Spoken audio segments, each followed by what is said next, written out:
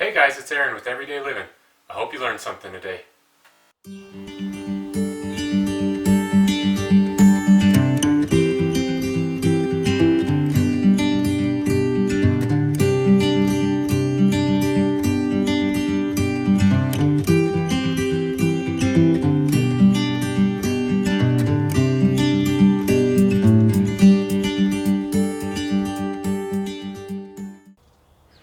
Okay, so today I want to talk about camp stoves. It's warming up, time to go camping soon, getting all the gear out and maintenance, and I thought I'd give you my opinion on the best way to get any camp stove liquid fuel or even the propane butane combo stoves lit. A lot of folks will use lighters, or matches are nice because you can kind of throw them in there if you need to, but sometimes they get stuck down in here and block some of your flame. But there's one way that doesn't leave anything down in there. It keeps your hands out of the way so you don't get that flash and burn all the hair off your hands. Not that you need it, but it just isn't pleasant. And that's going to be with the ferro rod. This is one of my favorite tools here. It's by Strike Force, it's called the Strike Force by Ultimate Survival Technologies. So, first, most important thing about getting this thing started, and I'm going to put just one windscreen up so this thing doesn't blow over while we're using it. Okay, so first most important thing is this rod right here is where the fuel turns from liquid to a gas. So you need to get this rod hot. If you're trying to light a stove in cold weather, this is going to be the thing that will help you out the most, is to get this rod warm. You don't want to just turn your stove on and start with it blowing in here. What you want to do, excuse me for all the noise here, is you want to take this out, you want to turn this up, and you want to squirt a little bit of fuel down in here. You can see I'm dripping some fuel down in this burner plate here. Because what you're going to do, you're going to turn it off, then you're going to leave it off. You're going to put it right back in here, and then you're going to use your ferro rod. You're going to get back so you don't get the flare up in your face, and you're going to light it. Now that little bit of burn that's going on right now is going to heat that rod up. When that flame's almost out, you can go ahead and turn this thing on. If it's colder out, you might have to do this a couple times, but you can turn this on at some point here. And if you saw that, the flame just kicked up. Now it's still got to get hotter before it'll give us a real good blue flame, but that won't take too long here. But if I had tried to start this without doing a little bit of warm up on it, I'd end up getting a puddle of liquid fuel down in the bottom of this mixing chamber here, and then what happens is you end up getting flare-ups coming out of the liquid fuel chamber here. And actually I think I just let it go out there, so turn it back on and light her up again there. And you see I didn't have to get real close. I was all the way back here. You can strike it from back here to get these stoves lit. Same thing with, like I said, the isopropane butane stoves that have the little canister you screw on the bottom, and other liquid stoves too. I'll show you. I got another backpacking stove here I can show you, but you let this warm up until that flame starts to get blue, and then you'll adjust it accordingly. In the dark you can really see when the flame gets nice. You won't be able to see it very well here in the daytime. So, and by the way, for those who don't know, you just use a nice machine oil. You could use swamp cooler bearing oil, you could use a full synthetic motor oil in here, or whatever. Just any quality oil you can use in this cup. You don't have to use any special oil. So there we go.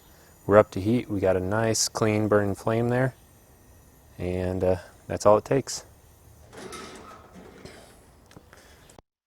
So I forgot to turn my microphone on, and so this may not line up exactly, but we'll give it a shot. This is my backpacking stove here. It's an ultralight fold-out thing, and right there is the fuel tube where the fuel gets heated up and turned from a liquid into a gas, and then the jet pushes it up in there and mixes with air. There's also a little fuel bowl down in the bottom here that will catch some extra fuel. which will help in the heating process of the stove.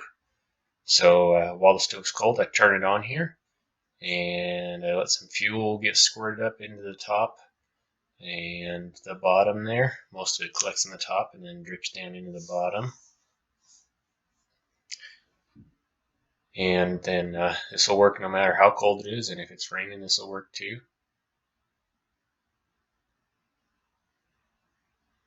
There we go.